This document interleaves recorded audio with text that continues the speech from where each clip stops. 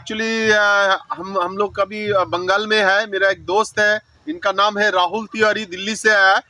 तो ये बंगाल का ये 24 परगना नॉर्थ है, बनगांव है, एक हमारे एक गांव है। तो गांव में इनको लाया कुछ पूछने के लिए। मतलब ये राइट टू रिकॉल एक पार्टी है, तो राइट टू रिकॉल के बारे में इनसे कुछ पूछूंगा, आप लोग जरा सुनिए। अच्छा, नमस्कार। नमस्कार। अच्छा, आपका नाम? मेरा नाम राहुल तिवारी है। आप क्या काम करते हैं? और मैं अभी तो फिलहाल पूरे देश में घूम घूम के मैं डेमो दिखा रहा हूँ। अच्छा, मशीन का एक हमारे पास इलेक्ट्रॉनिक वोटिंग मशीन का डेमो है। डेमो एक डमी मशीन है, उससे हम लोग डेमो दिखाते हैं किस तरीके से ईवीएम में लगे हुए काले कांच और लाइट सेंसर की मदद से वोटों में हेरा फेरी हो सकती है। नहीं, ठीक है, वो बात तो हम बाद में सुनेंगे। पहले जरा बताइए, ये राइट टू रिकॉल क्या है? बंगाल का लोग अभी नहीं, मतलब कुछ लोग समझ रहा है, लेकिन राइट टू रिकॉल के बारे में राइट टू रिकॉल पार्टी है, चुनाव लड़ने वाली। जैसे भारत में 3000 पार्टियां ऐसे पार्टी है, लेकिन हमारा आंदोलन अलग है। एक वोट वापसी, जूरी कोड और खनिज मुनाफा बंटवारा कानून, ऐसे 35 कानून है जिसको लागू करवाने के लिए हम लोग आंदोलन करते हैं। तो उस आंदोलन के तहत हम चुनाव भी लड़ते हैं। तो चुनाव लड़ने के लिए तो कोई पार्टी चाहिए ना। तो भारत में ऐसे कानून है कि जो इंडिपेंडेंट लोग चुनाव लड़ते हैं तो उनको सरकार कम तवज्जो देती है, तो इसीलिए पार्टी बनाना पड़ गया ताकि फ्री में हम किसी कैंडिडेट को पार्टी का टिकट दे पाए। अच्छा, ये आपका मतलब एजेंडा कौन सा है? जैसे ऐसे हिंदुत्ववादी है, कोई मार्क्सवादी है, कोई स्टालिनवादी है, कोई गांधीवादी है, तो आपका एजेंडा क्या है? हमारा एजेंडा है कि नागरिकों को, जो नागरिक है ना, आम नागरिक, उनको ज्यादा से ज्यादा शक्ति मिले। मतलब कि इस देश के राष्ट्रपति, इस देश के प्रधानमंत्री, इस देश के मुख्यमंत्री, इस देश का जज, इस देश का जिला पुलिस अधिकारी, इस देश के सभी सरकारी जिला अधिकारी, मतलब जितने भी अधिकारी, मंत्री, नेता है ना इस देश में, जो अपने आप को अभी वर्तमान में देखो समस्याएं जैसे बढ़ रही है, वो अपने आप को भगवान समझने लगे। हम चाहते हैं कि ये जो शक्ति है ना, उनसे छीन कर नागरिकों को मिले। आखिरी शक्ति नागरिकों के पास हो। मतलब नागरिक चाहे तो प्रधानमंत्री को जब मर्जी बदल सके, नागरिक चाहे तो मुख्यमंत्री को जब मर्जी बदल सके, नागरिक चाहे तो विधायक और वो तो बदलता है ना 5 साल के अंदर। नहीं, पहले बीच में ये जो पासबुक दिया मैंने आपको, ये वोट वापसी पासबुक कानून है। इस कानून को लागू करवाने के लिए हम लोग आंदोलन करते हैं। मुख्यमंत्री, प्रधानमंत्री को हर एक महीने पोस्ट कार्ड भेज के दबाव डालते हैं कि वो जल्द से जल्द कानून लागू करे, और हम लोग चुनाव भी लड़ते हैं। ठीक है ना। अब ये पासबुक, ये वोट वापसी पासबुक कानून, कोई बात नहीं, वोट वापसी पासबुक कानून लागू हो जाएगा तो इस कानून के दायरे में जिले के सभी सरकारी अधिकारी, जज, मुख्यमंत्री, प्रधानमंत्री और सभी नेता, सभी मंत्री आ जाएंगे इसके अंदर। ठीक है ना। तो मान लो कि मैं अपने विधानसभा के विधायक से संतुष्ट नहीं हूँ, चलो वोट मिल गया, वो जीत गए, लेकिन उनका काम देखे संतुष्ट नहीं है तो उनको दूसरे महीने हम बदल सकेंगे। सांसद के काम से हम संतुष्ट नहीं है तो उनको तुरंत बदल सकेंगे। ऐसे ही मुख्यमंत्री से हम संतुष्ट नहीं होंगे तो मुख्यमंत्री को बदल सकेंगे, प्रधानमंत्री को बदल सकेंगे। तो ऐसा नहीं कि ये हम नया लेके आए हैं, ये दुनिया के बहुत सारे विकसित देशों में ये कानून लागू है। ठीक है ना। अमेरिका के ज्यादातर राज्यों में ये कानून लागू है, इसलिए आज अमेरिका पूरे दुनिया में सुपर पावर है। अमेरिका जल्दी से तरक्की कर रहा है, अमीर हो रहा है, वहाँ पे समस्याएं बहुत कम है। ठीक है ना। वहाँ पे जो जिला पुलिस अधिकारी है, जो पुलिस है, वो ईमानदारी से इसलिए काम करती है ताकि जनता के हाथ में उनकी नौकरी है। जनता चाहे तो वहाँ पे, जैसे यहाँ पे जिला पुलिस अधिकारी एसपी होता है, वहाँ पे शेरिफ होता है, तो वहाँ की जनता उस शेरिफ को नौकरी से हटा देती है। वहाँ के नागरिकों को अदालतों में बैठकर के फैसला देने का अधिकार है। जूरी कोर्ट का कानून है। ये कौन सा कानून है आपके, जरा बताइए, जरा एक्सप्लेन कीजिए। वोट वापसी पासबुक कानून, देखिए, वोट वापसी पासबुक कानून, जूरी कोर्ट कानून। जूरी कोड क्या है, मैं एक एक करके आपको पूछता हूं। तो देखिए, अभी वो वोट वापसी के बारे में बता दिया मैंने। वोट वापसी पासबुक कानून का मतलब क्या है? जिले के सभी सरकारी अधिकारी, जज और जितने भी नेता मंत्री हैं, सब नागरिकों के अधीन आ जाएंगे, नागरिक कंट्रोल में। नागरिक जब चाहे उनको नौकरी से बदल सके, चुनाव तो होता रहेगा, उसके बाद भी बदल सके। उसके बाद आ गया जूरी कोड कानून। जूरी कोड कानून क्या है कि जूरी कोड कानून लागू हो जाने से जो जज सिस्टम है उसको बंद करके हम जूरी कोर्ट न्याय व्यवस्था कानून लागू करवाना चाहते हैं। अभी क्या है, आपके और मेरे में झगड़ा हो जाए, आप मान लो ज्यादा पैसे वाले हो, तो हम हमारा जब मुकदमा अदालत में जाएगा तो आप जज को खरीद सकते हो ना, वकील और जज से साठगांठ करके खरीद सकते हो। तो आप दोषी हो, मान लो मैं निर्दोष हूँ, आप दोषी, फिर भी आपके पक्ष में फैसला आ जाएगा या न्याय ही नहीं मिलेगा। मैं तारीख पे तारीख दौड़ता रहूंगा, मैं मर जाऊंगा लेकिन मेरे को न्याय नहीं मिलेगा, या फिर न्याय जब 80 साल का हो जाऊंगा तब मिलेगा। मेरी जिंदगी तो बर्बाद हो गई। आज भारत में 5 करोड़ केस पेंडिंग है। वो इसीलिए पेंडिंग है क्योंकि पुलिस और जज के भ्रष्टाचार को अभी तक रोका नहीं गया है। वो लोग साठगांठ बना के जनता को ऐसे तारीख पे तारीख दोहराते रहते हैं। तो ये जज सिस्टम जैसे भ्रष्ट सिस्टम को हम बंद करके जूरी कोर्ट कानून, जूरी कोर्ट न्याय व्यवस्था कानून लागू करवाना चाहते हैं। ये भी दुनिया के बहुत सारे देशों में है, ठीक है ना। मतलब जिले के आम नागरिकों को रैंडम तरीके से चुना जाएगा, वो अदालत में बैठकर फैसला देंगे, ठीक है ना। मतलब कि मुकदमों के फैसले में आम नागरिकों की भूमिका होगी, तो उससे क्या है कि न्याय ईमानदारी से मिलेगा। और नेक्स्ट उसके बाद आगे आपका जनमत संग्रह कानून। अभी क्या है कि जिले में या राज्य में या देश में कोई भी कानून लागू करना हो तो वहाँ के नागरिकों से सहमति ली जाएगी, क्या ये कानून लागू किया जाए या नहीं लागू किया जाए। अगर नागरिकों ने बोल दिया भाई ये कानून बंद कर दो या ये कानून लागू कर दो, तो सरकार को ऐसा कानून लागू करना पड़ेगा। इसको बोलते हैं जनमत संग्रह कानून, और इंग्लिश में रेफरेंडम कानून, ठीक है ना। अच्छा, और भी है आप लोग में पास, मतलब लैंड का कुछ हाँ कानून हाँ है? हाँ। उसके बाद है देखो खनिज मुनाफा बंटवारा कानून, ठीक है ना। जितने भी ये जो खनिज है, जो कोयला, सोना, चांदी, तांबा, पीतल, ये जो निकालते रहते हैं ना खनिज, हाँ, तो अंग्रेजों के जमाने से क्या है कि देश के जो भ्रष्ट पूंजीपति है वो लूट रहे हैं, अरबों खरबों का माल सैकड़ों में लूट रहे हैं। जैसे कि टाटा को 1000 साल की लीज पे दे गए अंग्रेज। 1000 साल? हाँ, 1000 साल के लिए लीज पे दे गए उसको, अच्छा अच्छा। और उससे किराया ले रहे पर बीघा 1 रुपया। 1 बीघा खेत का, 1 बीघा मैदान का 1 रुपया किराया ले रहे हैं, और वो अरबों खरबों का माल निकाल रहा है ठीक है ना।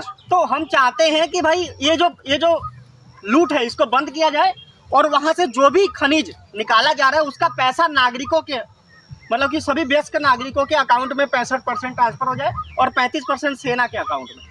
मतलब वो पूंजीपति कौन होते हैं लूटने वाले, मतलब कि वो तो हमारी संपत्ति है ना, सभी नागरिकों की संपत्ति है वो तो कोई एक पूंजीपति क्यों लूटेगा उसको, ठीक है ना। तो वो गलत है, हम उसको बंद करवाना चाहते हैं। और सरकारी जमीन किराया बंटवारा कानून है चौथा। 5वां सरकारी जमीन किराया बंटवारा कानून। सरकारी जमीन किराया बंटवारा कानून क्या है कि अभी देखो जैसे बिहार है और ये आपका बंगाल है, यहाँ पे मतलब कि इस एरिया में भी आपको एक कट्ठा जमीन 30 लाख से लेके 50 लाख रुपए में मिलेगा। ये देखो ना 20-25 लाख। हाँ, ये देखो खेत है, मतलब कि इतने महंगे महंगे, सोचो ये ऐसा क्यों है, क्योंकि सरकार के पास और प्राइवेट कंपनियों के पास बहुत ही ज़्यादा ज़मीन है जो खाली पड़ा हुआ है। मतलब कि 10% से लेके 25%, 30% तक सरकार के पास ज़मीन खाली पड़ी हुई है, उसका उपयोग नहीं हो रहा है। जब जो जितनी भी खाली ज़मीन पड़ी है ना उसका उपयोग होने लग जाएगा तो ज़मीन का जितना डिमांड है उतना सप्लाई बढ़ जाएगा, तो ज़मीन का रेट सस्ता हो जाएगा, ठीक है ना। अभी मान लीजिए 10 बीघा खेत है तो और लेने वाले 100 लोग हैं, ठीक है ना। अगर 10 बीघा की जगह 20 बीघा कर दिया जाए तो ज़्यादा मिल जाएगा ना। अच्छा, और एक चीज यार जरा बताइए, मतलब ये सभी तो आपने बताया, कुछ और भी है मैं सुनूंगा, लेकिन ये बहुत एम्प्लॉय, मतलब लोगों के पास काम नहीं है, काम कैसे आएगा, आप लोग काम देंगे क्या, ये सब लोग पूछ रहे हैं। ठीक है, आपका पार्टी सही है सब है, लेकिन सब मतलब अनएम्प्लॉय है, कोई किसी का पास काम नहीं, जो भी काम है वो भी छोड़ गया, मतलब बहुत बेकार है इधर बंगाल में। तो इसका क्या सॉल्यूशन है आपके पास, बताइए। सोल्यूशन यही है, देखो पता क्या है, जो मतलब कि बेरोजगारी और गरीबी इसीलिए है, देखो लोगों को रोजगार मिलेगा तो पैसा आएगा तो गरीबी दूर हो जाएगी। तो बेरोजगारी इसीलिए है क्योंकि हम लोग जो सामान उपयोग कर रहे हैं ना, ये आपका जो पूरा ये बुलेट मोटरसाइकिल है, ये क्या पूरा का पूरा बुलेट मोटरसाइकिल यहाँ आपके ये नॉर्थ 24 परगना में नहीं बन सकता है? नहीं, वो तो दिल्ली में बनता है। नहीं, यहाँ बन सकता है कि नहीं? हाँ। मैं जितना चीज पहना हूँ, शर्ट, पैंट, कपड़ा, जूता, सब ये सब बन सकता है। वो नहीं बन रहा है, इसीलिए बेरोजगारी है। अगर जज और पुलिस और नेता ईमानदार हो जाएंगे तो बनने देंगे ना। नागरिक बोलेंगे भाई तू इधर ही फैक्ट्री लगा, क्यों, उससे क्या कनेक्ट है, वो लोग क्या करेंगे, हम यहाँ फैक्ट्री बनाएंगे तो वो लोग क्या तो करेंगे? बंद करेंगे ना। आप अभी फैक्ट्री खोलो, अभी बिजली का कनेक्शन लेने जाओ 2 लाख रुपए घूस मांगेंगे। हाँ, वो लोग मांगता है वो। उसके बाद अगर आपका काम अच्छा चलेगा तो कोई ना कोई आ जाएगा, बोले तुम्हारे पास ये कागज है, वो कागज है, नहीं है, चल इतना रुपए दे, नहीं तो तेरी फैक्ट्री बंद। किसी भी फैक्ट्री वाले से पूछ लो, उससे पूछो कितनी समस्याएं उसको झेलनी पड़ती है। जो अभी थोड़ा बहुत कोई भी कुछ बना रहा हो ना, कोई किताब बना रहा है, कोई कुछ बना रहा है, उससे जाके पूछो कितनी समस्या है, उसको कितना रुपए घूस में देना पड़ता है। बहुत समस्या है, बहुत। जितने ये सर्टिफिकेट, पता नहीं ये कागज वो कागज, 36 प्रकार के कागज मांगते हैं। अगर नहीं है तो घूस देना पड़ेगा आपको, नहीं तो आपकी फैक्ट्री बंद, ठीक है ना। अभी मान लो आप बुलेट मोटरसाइकिल बनाने का यहाँ पे फैक्ट्री खोल दो, पहली बात तो कनेक्शन बहुत मुश्किल से मिलेगा। दूसरा चीज, इतना कानून नियम कानून उल्टा सीधा बना के रखा गया है कि एक आम इंसान एक छोटा मोटा व्यवसाय करने में उसको बहुत मुश्किल आती है, इसलिए नहीं हो पा रहा है। अभी पंजाब में नहीं है, कम है समस्या, तो वहाँ पे ज़्यादा फैक्ट्रियाँ हैं। गुजरात में और कम है, तो इसलिए वहाँ पे और ज़्यादा फैक्ट्रियाँ हैं। और ये जीएसटी का क्या चक्कर है? आप लोग जीएसटी को हटाना चाहते हैं? हाँ, तो जीएसटी बहुत को अच्छा है। हम लोग रिक्त भूमि कर लागू कर, जितनी खाली जमीन प्राइवेट लोगों के पास पड़ी हुई है, हम उस पर सालाना 1 रुपये टैक्स लगाना चाहते हैं मार्केट वैल्यू के हिसाब से। मान लीजिए आपके पास 10 बीघा खेत ऐसे खाली पड़ी, आप उसका उपयोग ही नहीं कर रहे हो। उपयोग नहीं कर रहे हो तो उपयोग करोगे तो टैक्स नहीं देना पड़ेगा। तो मान लो 10 बीघे की 1 करोड़ रुपए मान लो उसका रेट है, तो आपको साल का 1 लाख रुपए टैक्स देना पड़ेगा। और उसी से जैसे हम लोग, भारत सरकार 35 लाख करोड़ रुपया भारत की कमाई है साल का, ठीक है ना, तो 35 लाख करोड़ रुपए हम उसी तरीके से इकट्ठा कर लेंगे, ठीक है ना। और जो लेकिन जीएसटी क्या नुकसान करता है कि जो इंसान मुश्किल से अपने घर का खर्चा चला रहा है, भूखे मर रहा है, उससे भी सरकार टैक्स ले रही है यार। अच्छा। अभी देखो, अभी बजट हुआ 2026 में बजट आया, उसमें आम लोगों ने जितना ज्यादा टैक्स दिया उतना कॉर्पोरेट्स ने नहीं दिया। बड़े बड़े जो बिजनेसमैन लोग हैं, जितने बड़े लोग हैं, अमीर लोग हैं, उन लोगों ने इतना टैक्स नहीं दिया जितना आम नौकरी पेशा लोगों ने टैक्स दिया। तो ये क्या है, ये जो बिल्कुल नहीं, ये उल्टा चल रहा है सिस्टम। तो हम लोग जीएसटी को रद्द करवा के रिक्त भूमि कर, एम्प्टी लैंड टैक्स कानून लागू करवाना चाहते हैं। एम्प्टी लैंड टैक्स कानून लागू होते ही सभी प्रकार का टैक्स बंद कर दिया जाएगा। तो देश चलेगा कैसे? 35 लाख करोड़ रुपए चाहिए ना। हाँ। तो जितनी खाली जमीन पड़ी है, जैसे कि मान लो बहुत अमीर लोग हैं, उनके पास बहुत खाली जमीन पड़ी है, बहुत फ्लैट खाली हैं, एक बिल्डिंग में हजारों फ्लैट है, उसमें से 900 फ्लैट खाली हैं। ऐसे मैं पटना में दिखा दूंगा आपको, इधर कोलकाता में दिखा दूंगा, बहुत सारी जगह पे। तो अभी ये कानून लागू हो जाएगा तो वो तो अभी बेचेगा ना। हाँ, तो बेच देना, तो बेचेगा तो सप्लाई बढ़ेगा ना। देखो, गरीबी जमीन के वैल्यू से, जमीन के कीमत से गरीबी बढ़ती है। जमीन का कीमत जितना ज्यादा जाएगा उतना ही कीमत बढ़ेगी। अगर मान लो आप जमीन 1 बीघा खाली रखे हो, ठीक है, तो कीमत बढ़ रहा है। अगर आप उपयोग में लाने लग जाओगे तो उससे अनाज कुछ ना कुछ उपयोग होगा ना, तो लोगों को पहुंचेगा, तो डिमांड के अकॉर्डिंग सप्लाई बढ़ेगा, तो चीजों का मूल्य कम होगा, तो लोगों को जीवन उनका आसान होगा। ये बहुत अच्छा है ना। जैसे कि देखो ना, इधर मुंबई में गोदरेज ने, जितना बड़ा मुंबई है ना, उसका पता नहीं कितना बड़ा हिस्सा, कितने परसेंट मैं भूल गया, आपको रिसर्च देखना पड़ेगा। गोदरेज के पास मुंबई जैसे इतने महंगे इलाके में पता नहीं कितना परसेंट, मतलब जितना बड़ा मुंबई है उसका कुछ परसेंट हिस्सा तो उसी के पास है, खाली पड़ा हुआ है। लेकिन उधर तो लोग नीचे सोता है, झोपड़। अरे भाई, रहने का है नहीं। हाँ। मतलब कि जहाँ पे टट्टी पेशाब करते हैं वहीं पे लोग सोते हैं। इतना बुरा हाल है। ये क्यों है? वो जमीन उसने खाली कर रखा है, अब उसका उपयोग करेगा तो थोड़ा जमीन तो मिल जाएगा, सस्ता तो हो जाएगा ना। वही तो कोई फैक्ट्री करेगा लोग। हाँ, ऐसे ही हम चाहते हैं कि सरकार जितना भी सरकारी जमीन है उसका डेटा सार्वजनिक करे कि किस किस जिले में कहाँ पे कितना सरकारी जमीन खाली है। अच्छा, और एक चीज जरा बताइए, बहुत मुद्दा है। हाँ, ये हिंदू जागो हिंदू जागो हिंदू जागो, लेकिन हम लोग जानते हैं कि बीजेपी पार्टी हिंदुत्ववादी है, लेकिन मतलब हिंदू का क्या भला है? आप लोग के लिए हिंदू का कुछ है? मतलब हिंदू का जो इतना 2000 साल तक अभी ये लोग भटक रहा है, हिंदू धीरे धीरे कन्वर्ट हो रहा है, लाभ जिहाद हो रहा है, ऐसे कुछ बहुत अजीब अजीब सब हो रहा है, तो हिंदू मार खा रहा है, इसके लिए आपके पास कोई कानून है? यार देखो, पता क्या, वो तो कानून है, उसके पहले मैं आपको बताता हूँ। देखो, जितना भी ये हिंदू मतलब कि हिंदू को बचाने के लिए जो चल रहा है ना यार, ये तो मतलब आरएसएस एक संगठन है, वो तो 200 साल से चला रही है। हिंदू को जगाने के लिए, अभी भी जगा रहा है, लेकिन नहीं जगा अभी। लेकिन सोचो ना, दुनिया का सबसे बड़ा संगठन है आरएसएस, बहुत बड़ा संगठन है, ठीक है ना। और कोई चीज की कमी नहीं है, जहाँ जहाँ ये कई बार आता है, कहीं कुछ आता है, लोग पहुंच जाते हैं अनाज देने, मतलब बहुत काम करते हैं, बहुत अच्छा काम करते हैं। चलो ठीक है, लेकिन ये हिंदू को बचाते आ रहे हैं, और आज भी हिंदू परेशानी में है। ना ही हमारा हिंदू बोर्ड कानून है हमारे पास, हमारे धर्म की रक्षा करने के लिए। सभी धर्मों का अपना कानून है, हमारे धर्म का अपना कानून ही नहीं है। मतलब इतने बड़े बड़े लोग, ये लोग काम कर रहे हैं, संस्था वाले, और आज तक इन्होंने एक हिंदू बोर्ड कानून नहीं लागू किया है, ठीक है ना। तो देखो, अब हिंदू धर्म की रक्षा करने के लिए, जो हिंदू धर्म के ग्रंथों में मिलावट है उसको दूर करने के लिए, और हिंदू धर्म के जो लोग हैं उनको धर्म परिवर्तन से बचाने के लिए हिंदू बोर्ड कानून लागू करवाना बहुत जरूरी है। तो हमारे पास हिंदू बोर्ड कानून है, मैं जो भी बात कर रहा हूँ, हमारे पास उसका लिखित कानूनी ड्राफ्ट है। मतलब कि मुख्यमंत्री बनते ही हम उसको लागू कर देंगे, या तो जो मुख्यमंत्री है उससे नागरिकों का दबाव बना के उससे लागू करवाएंगे। ये जितना भी कानून बताया, तो हिंदू वोट कानून लागू किए बगैर हिंदुओं की रक्षा हो ही नहीं पाएगी। अरे भाई 1 करोड़ मतलब 200 साल से तुमने एक कर दिया, फिर भी लोग एक नहीं हो पाए। अगर वही अगर मतलब कि भारत में ना अगर 1 लाख लोग भी अगर हिंदू वोट कानून की मांग करें और हर एक महीने पोस्ट कार्ड भेजे, ट्वीट करें मुख्यमंत्री को, प्रधानमंत्री को, तो किसी एक राज्य में करेंगे तो वो राज्य में लागू हो जाएगा। पूरे देश में 1 लाख हिंदू लोग वोट करेंगे के तो बारे में लागू हो थोड़ा सा 2 मिनट बताइए, क्या है हिंदू वोट, क्या है? जैसे देखो बोर्ड क्या होता है ना, जैसे कि बोर्ड का मतलब क्या है कि एक टीम होगी, एक टीम होगी जो हमारे हिंदू धर्म को देखेगी किस तरीके से हम और मजबूत करें।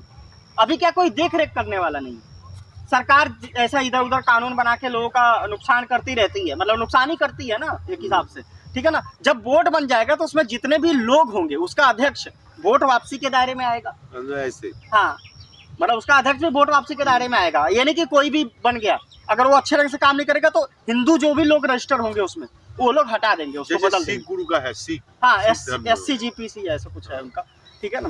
तो ये कानून लागू होने से हिंदू का संरक्षण होगा। देखो अब जैसे कि मान लो कि 4 लोग हैं आपके घर में, अब घर का कोई मालिक ही नहीं, तो घर चलेगा कैसे? कोई एक बंदा तो डिसीजन मेकर होना चाहिए ना, ठीक है ना। और वो बंदा नागरिकों के अधीन होना चाहिए, मतलब उसको हटा के किसी और को बना दे अगर वो अच्छे ढंग से घर का नहीं चलाए तो। उसी तरीके से हम इतने लोग हैं हिंदू पूरे देश में, मतलब कि 70% तो होंगे, 80-70-80% होंगे हिंदू पूरे देश में। 70-80 करोड़ है, हाँ 80 करोड़ है मान लो, तो 80 करोड़ हिंदू हैं, तो हिंदुओं का कोई बोर्ड ही नहीं है।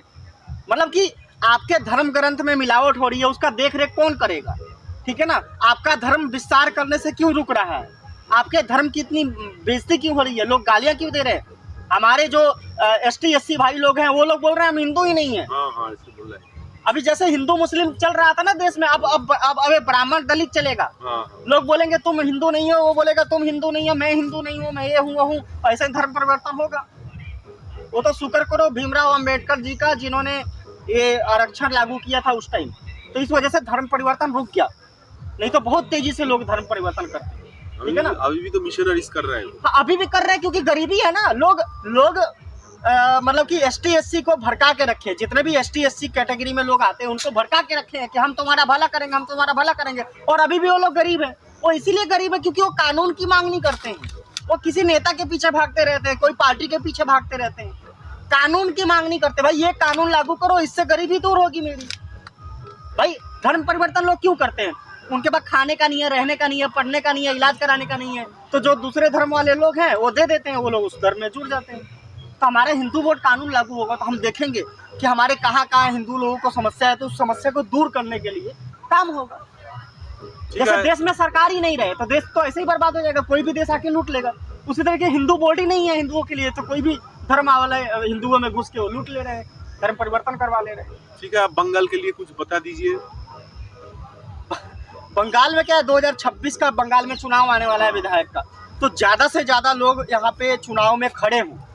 चुनाव में खड़े होंगे तो चुनाव का जो पर्चा है, जो वकील फीस लेता है, वो वकील से नहीं भरवाना है। हम जो भी हमारे कैंडिडेट होंगे हम लोग उनका फॉर्म खुद भर के देंगे और 100% पास होगा वो फॉर्म, ठीक है ना। अभी दिल्ली में 21 लोग चुनाव लड़े थे, बिहार में 8 लोग चुनाव लड़े, किसी का फॉर्म कैंसिल नहीं हुआ। तो हम लोग एक तो आपका 5,000 से लेकर 20,000 तक जो वकील खर्चा लेते हैं वो खर्चा हम बचा देंगे आपका।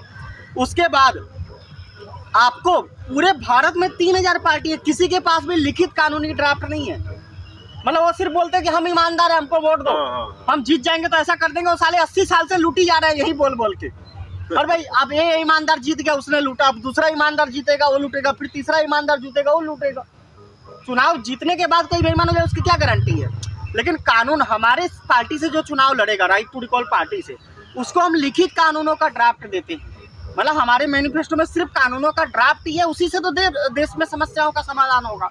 तो पूरे भारत में हम पहली ऐसी पार्टी है जिनके पास सभी समस्याओं का समाधान लिखित रूप से उसका कानूनी ड्राफ्ट है। तो आपको उसी को प्रचार करते हुए चुनाव लड़ने को मौका मिलेगा। चुनाव किसी ने जिंदगी में कभी नहीं लड़ा हो, कोई भी काम नहीं किया हो जिंदगी में, हम उसको भी चुनाव में खड़ा कर सकते हैं। जो भी उसको चुनाव का फीस होगा वो देना है, जितना भी उसका बजट होगा उसको अपना पैसा उतना रुपये लगा के उसका प्रचार करना है। किसी के पास 1,000 है तो 21,000 लगा के प्रचार करे, किसी के पास 10,000 है तो 10,000 रुपये लगा के प्रचार करे, किसी के पास 1 करोड़ है तो 1 करोड़ लगा के प्रचार करे। ठीक है ना। हम ये नहीं देखते कौन छोटा है कौन बड़ा है, कोई जो इंसान हमारे को बोलेगा हमें चुनाव लड़ना है, हम उसको पूरा ट्रेनिंग दे देते हैं, हर एक चीज़ नॉलेज दे देते हैं और उसके साथ हम लोग खड़े रहते हैं उसको हर एक चीज़ का जानकारी देने के लिए। तो ज़्यादा से ज़्यादा लोग चुनाव लड़ेंगे, ज़्यादा से ज़्यादा फिर मुख्यमंत्री के ऊपर दबाव बनेगा। देखो मुख्यमंत्री ही सारी समस्याओं का समाधान कर सकता है, ठीक है ना। जैसे बंगाल में ममता बनर्जी हैं, तो वो हमारी समस्याओं का समाधान कर सकती हैं, लेकिन क्यों करेंगी? जब पब्लिक का दबाव बनेगा उन पर, ज़्यादा से ज़्यादा लोग समाधान वाले कानून लागू करवाने के लिए चुनाव लड़ेंगे, तो उनके ऊपर ज़्यादा दबाव बनेगा, वो जल्दी समाधान करेंगे। देखो हमारा बंगाल में कोई कमी नहीं है, अभी देखो इधर कितना हरियाली खेती है, हाँ सब कुछ है, लेकिन यहाँ पे लोगों का पास पैसा नहीं है, खाने कोई काम नहीं है, बहुत बेकार जगह हो गया। लेकिन बंगाल में देखो कितना नदी है, दरिया है, हाँ, तालाब है, समुंदर है, बंदर है, एयरपोर्ट है, सब कुछ है। और अभी तुम उधर से क्या बोलते हो, दार्जिलिंग से लेकर इधर चाय से लेके आप धान तक इधर होता है, लेकिन इधर का लोगों के पास काम नहीं, पैसा नहीं।